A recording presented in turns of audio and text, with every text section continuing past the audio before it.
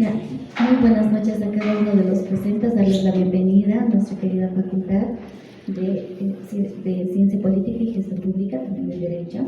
A continuación vamos a presentar lo que es la revista Politeya, número 17, en la cual nuestro querido licenciado también nos va a estar ayudando con unas cuantas palabras en este caso. Y bueno, iniciamos con lo que va a ser el primer discurso. Darle las palabras a nuestro querido presentador, Marcelo Calle. Bueno, buenas noches, gracias por la asistencia a todos a la presentación de la revista Politeya número 17. Comentarles que esta edición la hemos sacado en 2 tomos por la cantidad de artículos que hemos recibido.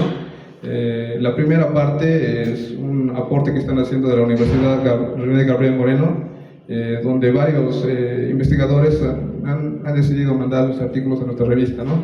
Y este segundo tomo que lo vamos a presentar hoy con los distintos participantes que hoy nos acompañan, ¿no? Quiero agradecer primeramente a nuestros pares académicos y docentes, Luis Flores y la licenciada Katia Velarde, por todo el apoyo que nos están brindando en esta revista. Bueno, sin más espera, quiero presentar primeramente a Ramiro Fernández, que escribió sobre la transparencia y la corrupción en Bolivia. Por favor, Ramiro, si nos puedes explicar un poco del tema. Muchas gracias, muy buenas noches. En primera instancia, agradecer por la cobertura y la oportunidad que me hayan dado para poder escribir y poder mostrar algo de lo que se ha investigado acerca de la corrupción y la transparencia en Bolivia. También agradecer a los panelistas que me acompañan, así como a toda la concurrencia. El tema de corrupción, sin lugar a dudas, es una temática bastante importante y bastante relevante en el acontecer nacional. Sin lugar a dudas, la corrupción hoy por hoy se la ha enfocado desde varias temáticas, desde varios puntos de vista. Sin embargo, existe aún confusión en lo que es el tema de corrupción propiamente dicha, y más tratándose en la coyuntura boliviana. Tanto la corrupción como la transparencia son 2 hermanitas siamesas que van de la mano. Cuando nosotros hablamos de la corrupción, sin lugar a dudas, hablamos de una ruptura, si ustedes quieren, al orden instituido. Y Transparencia Internacional nos habla acerca de un abuso del poder público en beneficio de particulares. También cuando se refiere a la transparencia, se refiere como aquella figura por la cual se utilizan recursos del Estado, tanto materiales como humanos, para justamente un fin ilícito. Tal vez el concepto más técnico, más claro que podemos generar acerca de corrupción es el que nos da Robert Klitgar. Robert Klitgar define a la corrupción como el monopolio más la discrecionalidad menos la transparencia. Entonces, cuando nosotros hablamos de ese monopolio, nos estamos refiriendo a que las principales decisiones están encarnadas en una sola persona, cuando no hay otras que eventualmente puedan decidir un determinado aspecto. Sin embargo, esta corrupción va de la mano este monopolio va de la mano con la discrecionalidad, ¿no? Muchas veces, cuando no hay normas claras, cuando no hay disposiciones que sean las más idóneas, también se genera escenarios de corrupción, porque esto abre la puerta al prudente arbitrio, a la discrecionalidad que tienen algunas personas en la toma de decisiones. Y si a esto les restamos transparencia, cuando hay una falta de transparencia, cuando no hay una rendición de cuentas, obviamente esta fórmula se consolida de una manera mucho más relevante. Klitgar, sin lugar a dudas, ha visto este tema desde un punto de vista más institucional, más desde un punto de vista económico. Al hablar de transparencia, nosotros vemos este concepto, ¿no?, como algo que no está limpio, algo que no está de alguna manera claro a la vista de la sociedad, a la vista de las personas que eventualmente pueden generar algún tipo de situación, algún tipo de control. Y la transparencia se la ha enfocado también desde varios puntos de vista. Transparencia internacional, por ejemplo, nos habla de los famosos indicadores de buen gobierno, que se traducen en los indicadores de percepción de corrupción. Estos indicadores, de alguna manera, se basan sus datos, primero, en una falta, o más bien en el control del Estado de Derecho. Es decir, una sociedad que está sometida a la majestad de la ley y que, sin embargo, ¿no es cierto?, pese a tener leyes, pese a tener disposiciones, no cumple con las mismas o definitivamente las aplica de una manera irregular. Otra situación, ¿no?, que también Transparencia Internacional ha visto ha sido la legitimidad de las instituciones, cuánto se cree en las instituciones, tanto el órgano ejecutivo, el órgano judicial, siempre han estado cuestionadas en función de lo que significa este concepto, ¿no? Si nosotros vemos el ranking de transparencia de 142 países que han sido evaluados, Bolivia ocupa el sitial número 136, ¿no? Pero ¿cómo miden de alguna manera, cómo Transparencia identifica esta posición?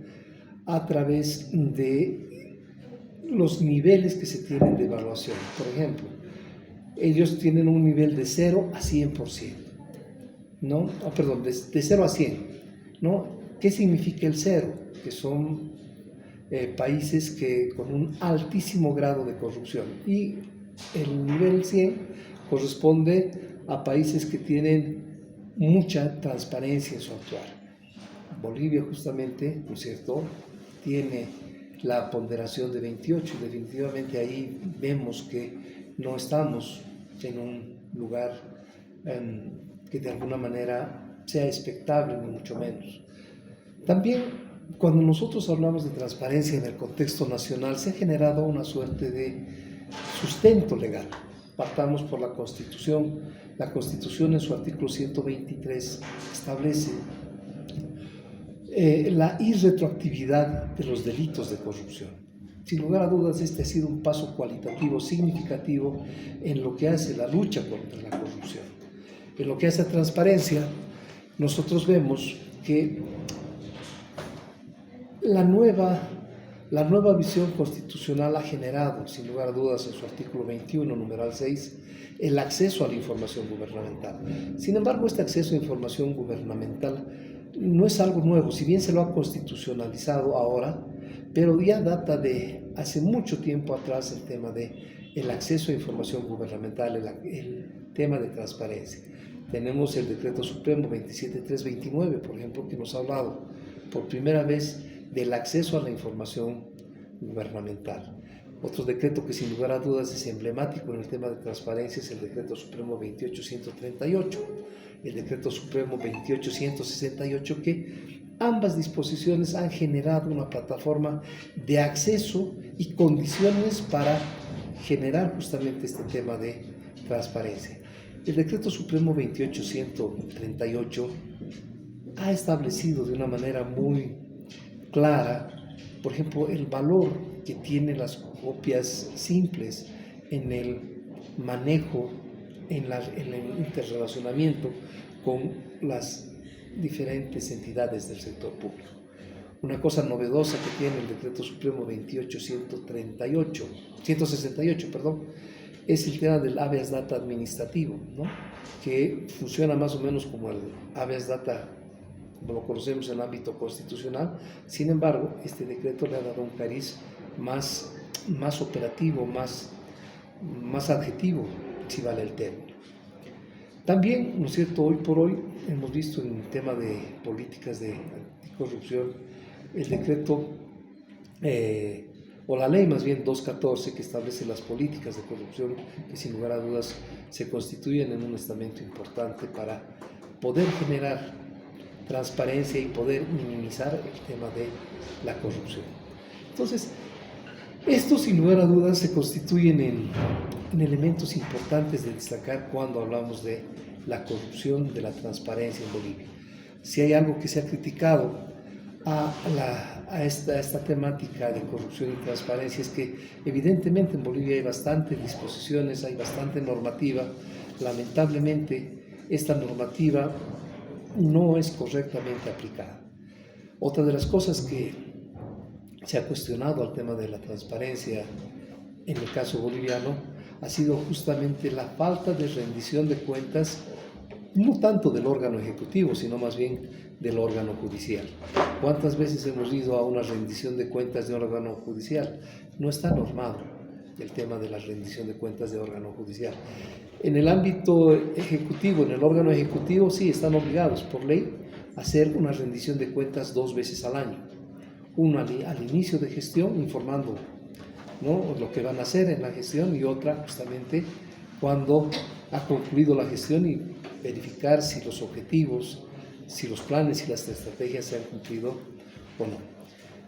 En el tema de transparencia, como decía anteriormente, hay un desafío bastante importante, bastante significativo, ¿no?, que se consolide el Estado de Derecho, que de alguna manera se genere, no solamente nominalmente, este derecho a la transparencia, esta lucha frontal que se tiene contra la corrupción. Entonces, básicamente de eso trata el artículo, ¿no?, de conocer los conceptos, de identificar la diferente normativa que se tiene, las causas que eventualmente genera la corrupción, los efectos y ese desafío importante que tiene el Estado boliviano de poder generar justamente la plataforma de una lucha frontal contra la corrupción. Bueno, muchas gracias. Un aplauso a Ramiro. Quiero también recalcar que si tienen alguna pregunta, al último, por favor, los que nos acompañan la van a poder hacer a todos los expositores. Bueno, le quiero ceder la palabra a Michael Plata. Creo que su artículo toca un tema muy importante de lo que hoy estamos usando, ¿no?, en nuestra coyuntura económica en nuestro país. Él escribió un artículo denominado Diagnóstico de una ilusión económica en Bolivia y el mal holandés. Bien, buenas noches a todos los presentes. Bueno, primeramente un agradecimiento a la revista Politeia, a Marcelo, también un agradecimiento a la carrera de Ciencia Política. No es un honor volver a mi carrera madre. También agradecerles y decirles que es un honor a los dos panelistas, tanto a Ramiro como a Pablo, ¿no? Es un honor estar al lado de ustedes. Bien, como ya lo dijo Marcelo, mi artículo trata sobre el diagnóstico de una ilusión económica, Bolivia y el mal holandés, ¿no? En mi artículo invito al lector a tomar una mirada médica, podría decirse, una mirada de doctor, en el cual vea el artículo más como un informe sobre un paciente, ¿no? Y el paciente en este caso es el Estado boliviano. El Estado boliviano, escuchamos que está enfermo, sin embargo nadie nos dice cuál es la enfermedad que padece. El Estado entonces lo que intenta descifrar el artículo e indicar es que el mal que padece es el mal holandés. Es por eso que, como les decía, invitamos al lector a tomar esa mirada médica y vean como un informe médico el presente artículo. Bien, pero ¿qué es el mal holandés?, ¿no? Para una primera instancia tendríamos que entender qué es el mal holandés.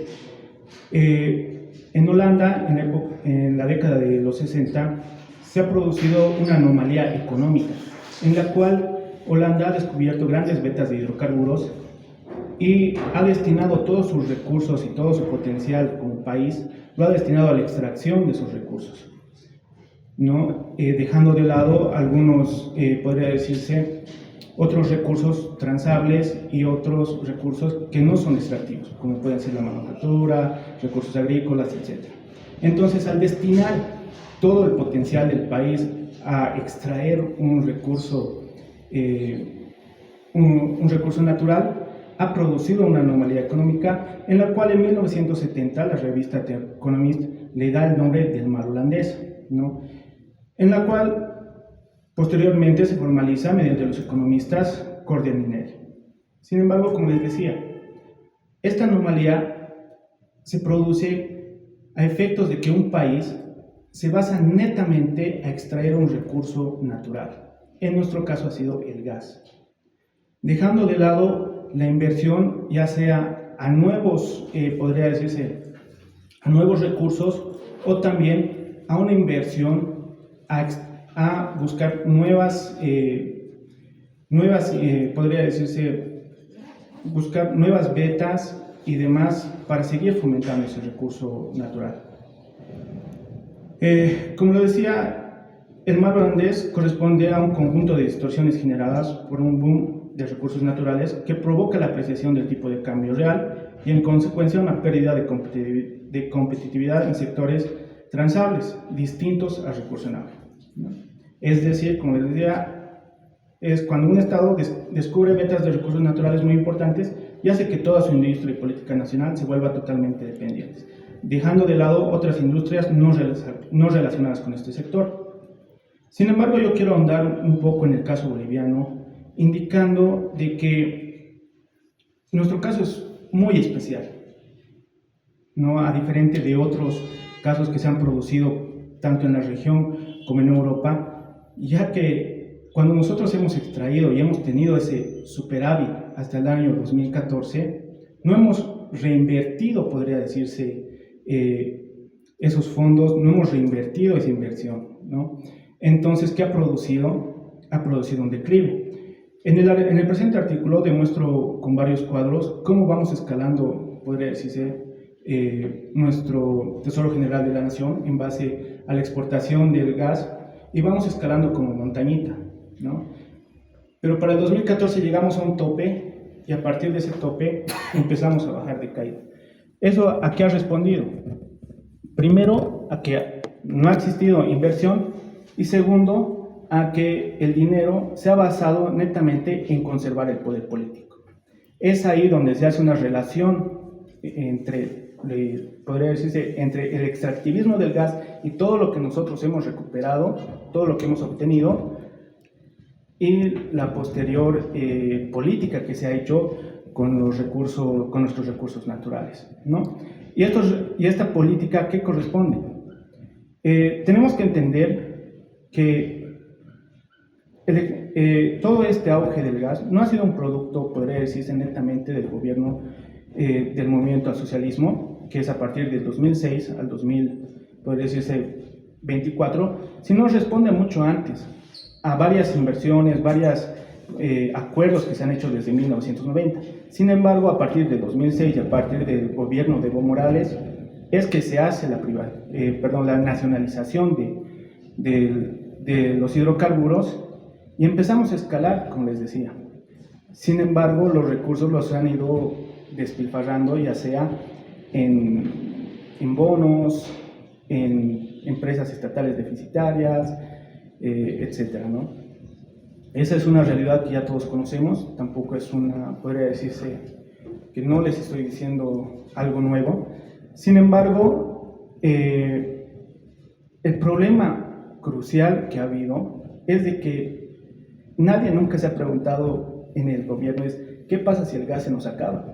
Al parecer pensaban que el gas iba a ser eterno, pero como les digo, el 2014 hay una decaída correspondiente no solamente a factores internos, también, sino a la depreciación del precio de los hidrocarburos que ha habido en el mundo, ¿no?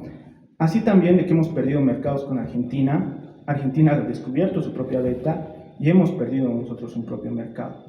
Entonces, si para 2014 de los 12 millones de dólares que nosotros recibíamos por las importaciones, de los cuales de esos 12 millones la mitad correspondía a las exportaciones del gas natural, para 2025, que aún los datos se están consolidando, solamente recibimos 1.500 millones por la exportación del gas. Es decir, de 6 millones prácticamente que recibíamos, prácticamente mucho más de la mitad estamos recibiendo, mucho menos de la mitad estamos recibiendo ahora, ¿no?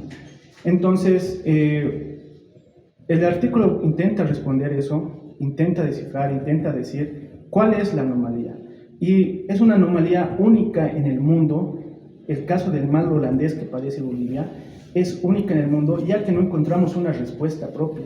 Si bien el gobierno actual ahora está intentando con la flexibilización del tipo de cambio real y algunas otras medidas económicas, sin embargo, podremos decir que tampoco encuentran una solución concreta, ya que están intentando reemplazar un recurso natural como los hidrocarburos con otro recurso natural que es el litio, ¿no? Entonces, si se produce eso, solamente estamos alargando la enfermedad, ¿no? Ya que eventualmente el litio también se nos va a acabar y vamos a empezar un nuevo declive. Lo que tenemos que tener en cuenta es de que intento poder tal vez advertir en el artículo, es de que se tiene que tomar nuevas inversiones en recursos que no sean de extracción, como pueden ser turismo, manufacturas, la agroindustria y demás, en las cuales no tengan que ser factores, podría decirse, que dependamos netamente de un recurso natural como lo ha sido el gas.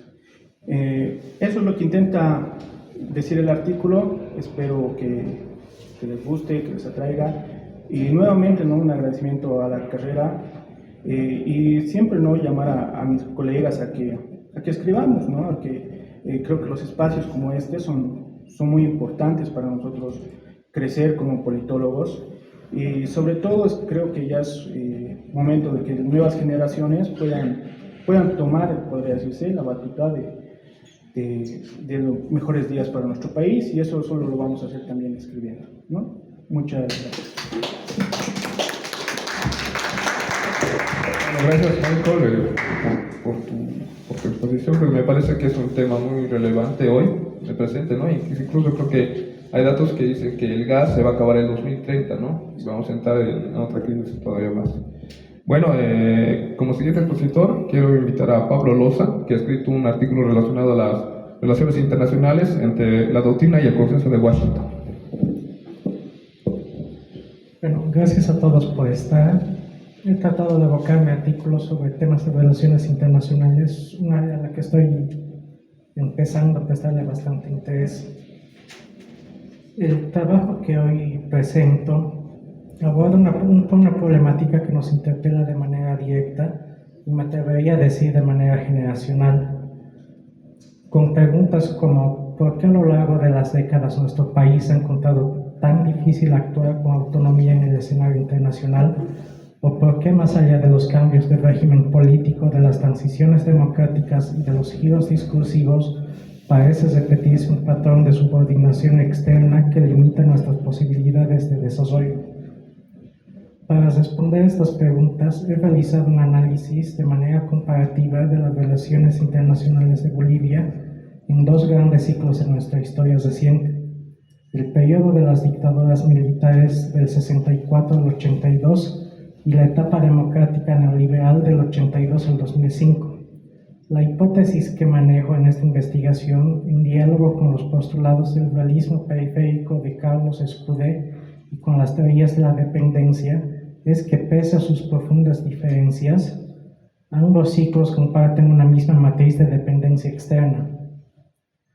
Cambian los ropajes ideológicos, cambian los lenguajes justificatorios, pero la subordinación estructural permanece como una constante que atraviesa nuestra historia diplomática. Mi exposición lo organizo en algunos momentos, primero en un breve marco teórico, que es el punto de partida histórico que nos remonta a la Revolución del 52, el análisis del ciclo dictatorial, el análisis del ciclo neoliberal y una comparación crítica de ambos periodos para extraer algunas conclusiones. Antes de entrar en materia, debo situar mi enfoque teórico. Para interpretar la política exterior boliviana, he recurrido al concepto que ya he mencionado antes, del realismo periférico, acuñado por Carlos Escudé a principios de los 90 y mejorado en trabajos posteriores, Esta teoría sostiene que los estados débiles como el nuestro deben evitar confrontaciones con algunas de las grandes potencias y concentrar sus escasas energías en el desarrollo económico y social.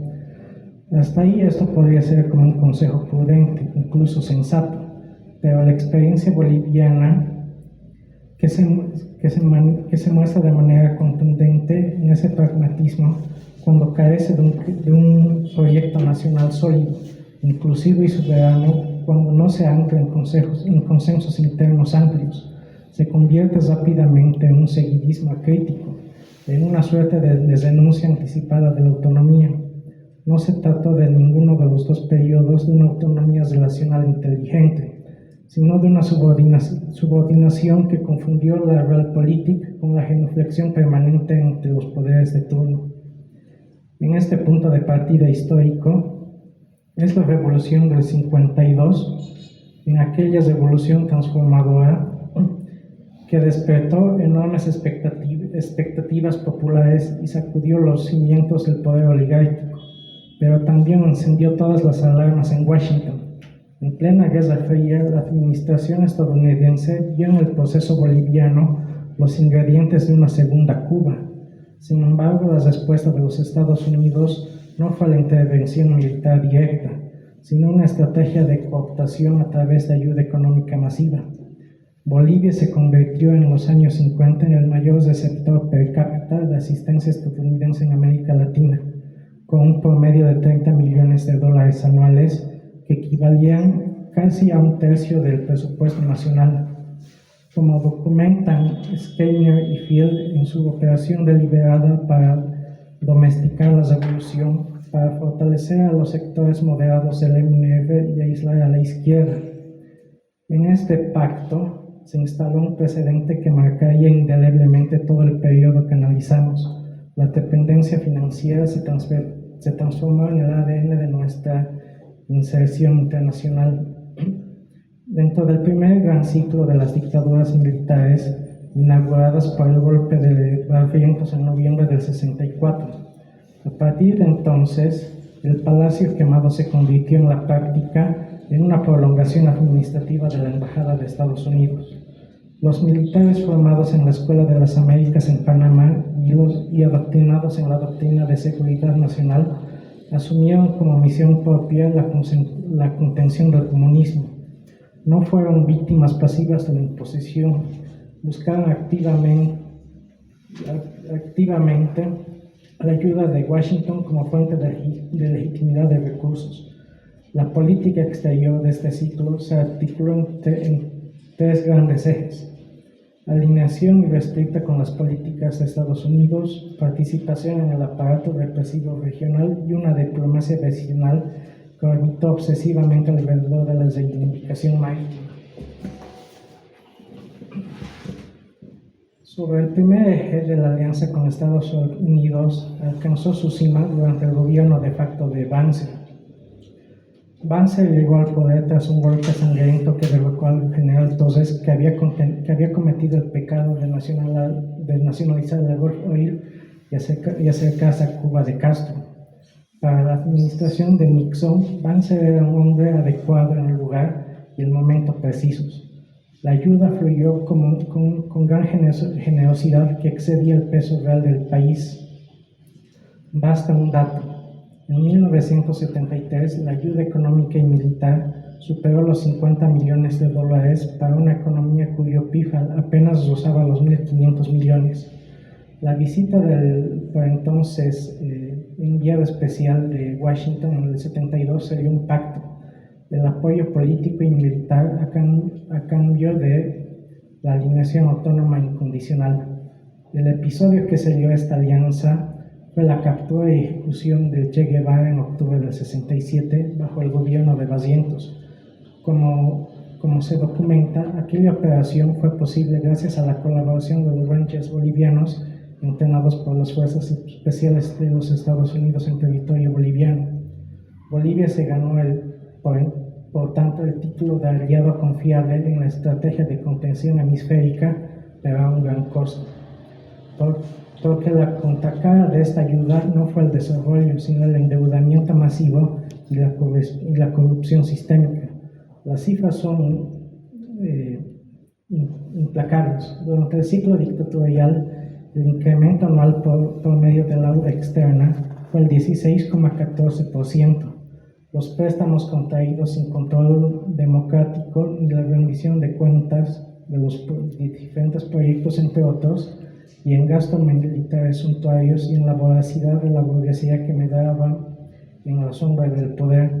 Para el 78, al finalizar el régimen de Banzer, la deuda se había multiplicado por 10 respecto a 1964. Simultáneamente, la economía del narcotráfico comenzó a permear las relaciones internacionales. Los trabajos de Gillies y Marshall muestran cómo los gobiernos militares integraron los dólares del narcotráfico en sus redes clientelares. El gobierno de Banzer colocó a personas vinculadas al narcotráfico en puestos clave de aduanas y control fronterizo. Algunos de sus colaboradores, como el por entonces coronel Luis Arce Gómez, operaban abiertamente como protectores de los carteles.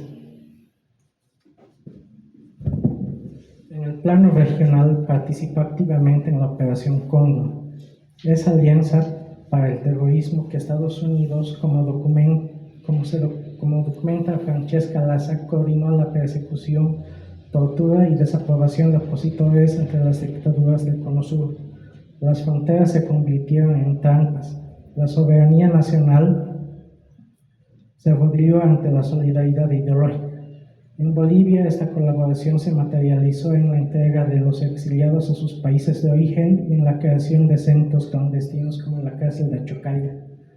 Y en este contexto se produjo el episodio más frustrante y revelador de la diplomacia dictatorial, el acuerdo de Charaña en 1975. Banzer y Pinochet, dos dictadores que se veían como hermanos ideológicos, negociaron una salida al mar para Bolivia mediante un canje territorial. Posterior al retorno de la democracia en 1982, no se trajo ningún cambio que la mayoría de la población anhelaba. El país recibió una herencia envenenada de más de 4.000 millones de dólares de deuda y una hiperinflación que llegó a más del 8.170%. En 1985, pulverizados los salarios y los ahorros, el gobierno de Siles Suazo intentó un tímido neutralismo independiente y buscó el apoyo de la Internacional Socialista, pero naufragó en medio de la emergencia económica y la parálisis parlamentaria. El verdadero punto de inflexión llegó en agosto del 85, cuando el antiguo líder de la Revolución Nacional, Paz Estenssoro, aplicó un shock que cambió el rumbo del país de manera irreversible. La nueva política económica y el decreto 21060 liberalizaron la economía de golpe, eliminaron subsidios, flexibilizaron el mercado laboral y abrieron las puertas al capital foráneo. Fue una cirugía mayor sin anestesia, ejecutada con el respaldo técnico del Fondo Monetario Internacional, y la política exterior se convirtió en una extensión directa de ese giro doméstico. Bolivia se metamorfoseó en un alumno ejemplar del Fondo Monetario Internacional y el Banco Mundial, adoptando las recetas del consenso de Washington con un fervor que sorprendió a propios y extraños. La diplomacia se redujo en esencia a una función básica: garantizar la confianza de los acreedores, gestionar la condicionalidad y presentar al país como un oasis de estabilidad macroeconómica. Los cancilleres de este periodo pasaron a ser en la práctica gestores de relaciones públicas financieras, más preocupados por las calificaciones de riesgo país que por la defensa de la soberanía. Uno de los pilares del modelo fue la búsqueda desesperada de la inversión extranjera directa. Tras las capitalizaciones del primer gobierno de Sánchez de Lozada, los flujos de capital crecieron hasta superar los $1.000 millones a fines de los 90, pero en teoría fue un espejismo. La inversión se concretó en comprar multinacionales regalías de apenas el 18% y exenciones impositivas por 10 años sin crear un tejido productivo ni cadenas de valor internas. Los datos de De la Cruz muestran que hacia 2005 los flujos netos ya eran negativos. La promesa del desarme nunca se cumplió, la brecha social y étnica se ensanchó peligrosamente. Mientras tanto, las relaciones con Estados Unidos quedaron monopolizadas por la guerra contra las drogas. La DEA impuso la erradicación forzosa de la coca en el Chapare, condicionando la ayuda y el acceso a mercados a través de la certificación anual. La ley de preferencias arancelarias andinas se convirtió en un chantaje recurrente, pero para cientos de miles de campesinos del sector e indígenas la coca no era necesariamente narcotráfico, era su sustento. Y entonces llegó el estallido de la guerra del lago en Cochabamba en el 2000, narrada por Oscar Oliveira como una rebelión contra la idea de que la esencia para la vida pudiera ser el negocio corporativo. Como conclusiones y a manera de comparación, al poner en paralelo estos dos ciclos, emerge un patrón bastante complicado por su persistencia. El cambio de máscaras no alteró el rostro de la dependencia. En la dictadura la subordinación fue bilateral, militar y abiertamente coercitiva. En la democracia fue multilateral, financiera y revestida en un lenguaje tecnocrático. Pero el resultado fue el mismo. El Estado con enorme capacidad para representar intereses externos y casi nula capacidad para responder a las demandas del propio país. Pero ¿qué tipo de lecciones podemos extraer de toda esta historia? La primera, que el pragmatismo periférico sin proyecto nacional sólido no es realismo, sino resignación. La segunda, que la autonomía internacional no se conquista con gestos sumisos, sino construyendo consensos internos amplios que permitan negociar desde una posición mayor y fortaleza. Y una tercera, que la política exterior no puede ser netamente cesada o concretada por la tecnocracia o la diplomacia desconectada de la realidad social. Gracias. Bueno, gracias Pablo. Todos los artículos lo van a poder leer en la revista, vamos a subir prontamente a todas nuestras páginas. Y bueno, para fomentar un poco el debate, no sé si los asistentes, alguien quisiera realizar alguna pregunta a alguno de los expositores. Gracias, Marcelito. Primeramente agradecer a cada uno de los expositores de la carrera de Ciencia Política, los articulistas y esos preponderante que la carrera surja, ¿no?, con este tipo de criterios, y parte de la crítica es bueno siempre resaltar los trabajos que hacen en pos de la academia. Me interesa un poquito más el artículo que acá el compañero exponía sobre el mal holandés. Se dice que en nuestro país los recursos naturales tienden a ser como un mal indeleble, ¿no?, que algunos países como Rusia, Noruega, Venezuela tienen abundancia de recursos naturales. Pero mi pregunta, digamos, es un poquito más elocuente, digamos, el tema del mal holandés. El tema del mal holandés realmente es una enfermedad como recurso o simplemente es un síntoma visible de una incapacidad política para ahorrar una renta temporal, aseverando al gobierno que tenemos hoy día presente.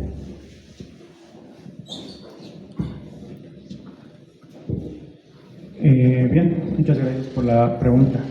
El mal holandés en realidad no podría ser un síntoma. Bueno, tal vez podría ser un síntoma, pero comprendiendo ya un todo, ¿no?, entendiendo la política de Estado que se implementa en eso.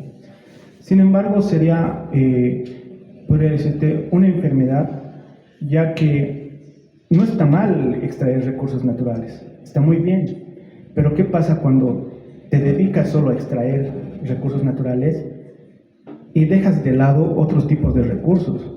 Es decir, te abocas solamente a un plan A y no tienes ni plan B, ni plan C, ni plan D. En un eventual, y como les decía, creo que nadie se ha preguntado en ese entonces de qué pasa si el gas se nos acaba. Y además los indicadores son claros. Sabíamos que íbamos a llegar a este punto. O sea, la realidad actual no es coincidencia. El 2014 ya había una perspectiva de que si los precios de los hidrocarburos bajaban, íbamos a llegar a esta crisis. Entonces, podría entenderse como una enfermedad, si lo vemos de una manera particular, ¿no?, a la extracción de recursos naturales, pero como un síntoma de una política negligente que ha habido, ¿no?, por parte del Estado. ¿Alguien más desea hacer alguna pregunta? Bueno, yo tal vez acotando también a lo que tú decías, ¿tú crees que nuestro país tiene que entrar en un plan más liberal o un proteccionismo? ¿Qué opinarías? A ver, creo que deberíamos entrar en podría decirse, en un plan más liberal, pero buscando buscar nuevas fuentes de recursos no extraíbles. Puede ser uno el turismo, manufacturas, etc. El mal holandés no es una enfermedad netamente que se ha dado en Bolivia. El mismo nombre lo dice, ¿no? Se ha dado en Holanda, y Holanda, ¿qué ha hecho? Ha flexibilizado el tipo de cambio, ha promovido otro tipo de recursos. Entonces, si bien podríamos nosotros tener ese sentido de cerrarnos y demás, la actualidad no nos lo permite, ¿no? La actualidad no nos lo permite, ya que el mundo es un mundo globalizado. Entonces, mientras estemos en esta realidad y en esta actualidad, tenemos que promover nosotros, buscar otros recursos, pero para exportarlos hacia afuera y obtener recursos, ya no depender del gas, porque como tú lo has dicho, Marcelo, esta es una tendencia decreciente. O sea, les digo, para 2025 nuestros recursos son 1.500 millones, ¿no?, que corresponden a la exportación del gas. Pero el año pasado eran 1.600 y el anterior era 1.800. ¿Eso qué quiere decir? Que esa tendencia se muestra a que para el 2030 prácticamente recibamos 500 millones y tal vez menos, y si se nos acaba, pues no vamos a recibir nada, ¿no? Ya que, como tal vez eso ya es estudio de otro artículo, ya ver, ¿no?, de que el gas se nos está acabando y no estamos descubriendo nuevas vetas, podría decirse.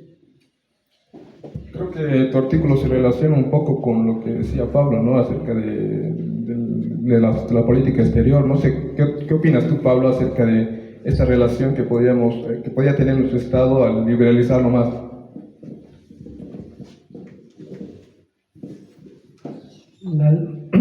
La liberalización en parte es buena, pero siempre y cuando se tenga cierta base de protección a ciertos mecanismos internos para evitar ciertas fugas y poner cierto tipo de controles en relación a ciertos aspectos. O sea, el cambio a tipo de cambio flexible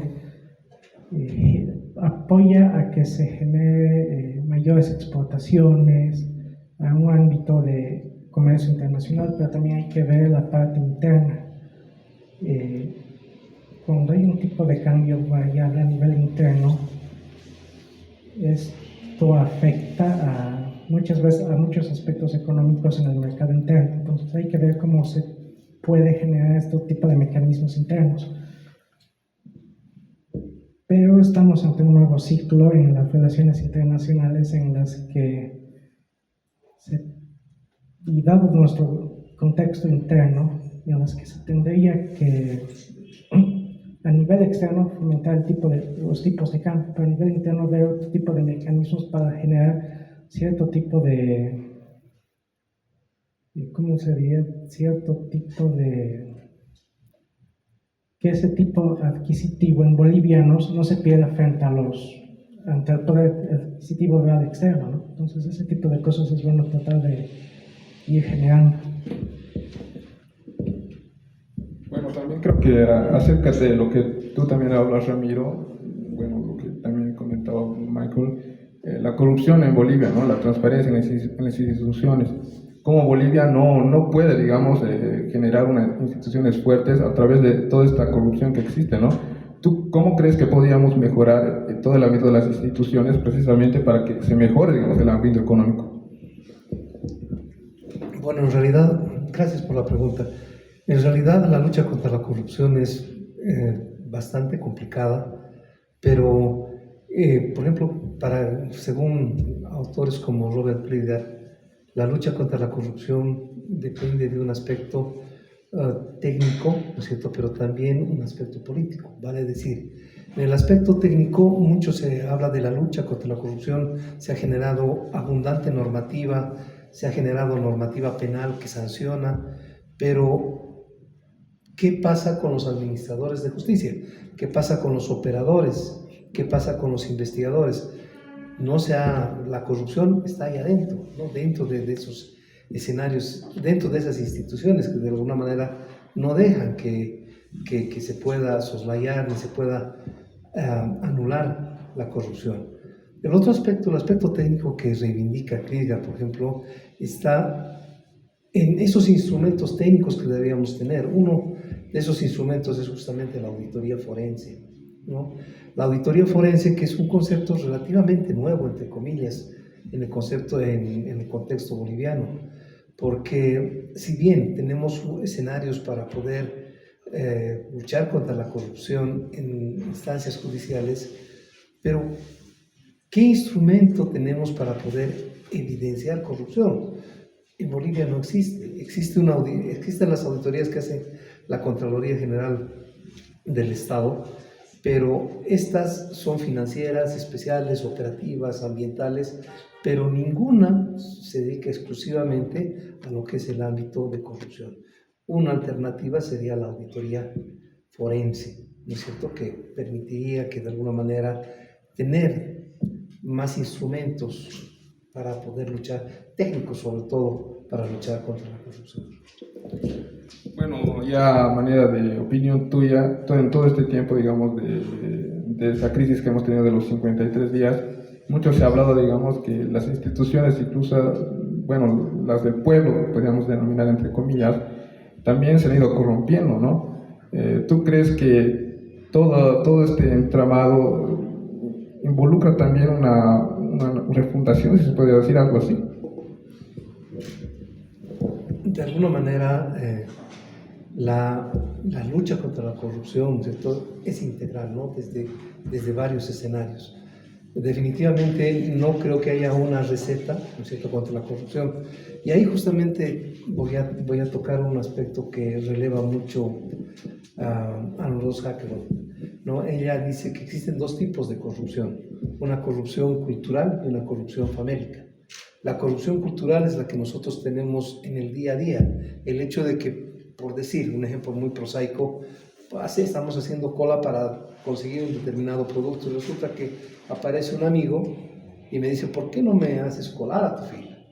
Entonces, para Rose Hackerman, todo eso es parte de corrupción cultural, ¿no? Y hay otra corrupción famélica que llama Rose Hackerman, ¿no? La corrupción que es por necesidad, ¿no? Porque hay personas que eventualmente no quieren, definitivamente, pero tienen estamentos superiores o tienen mandos superiores que eventualmente prácticamente les obligan a incurrir en eso. Y ellos lo hacen no porque quieran, sino porque necesitan. Y un ejemplo clarísimo que da es justamente la necesidad de trabajo, ¿no?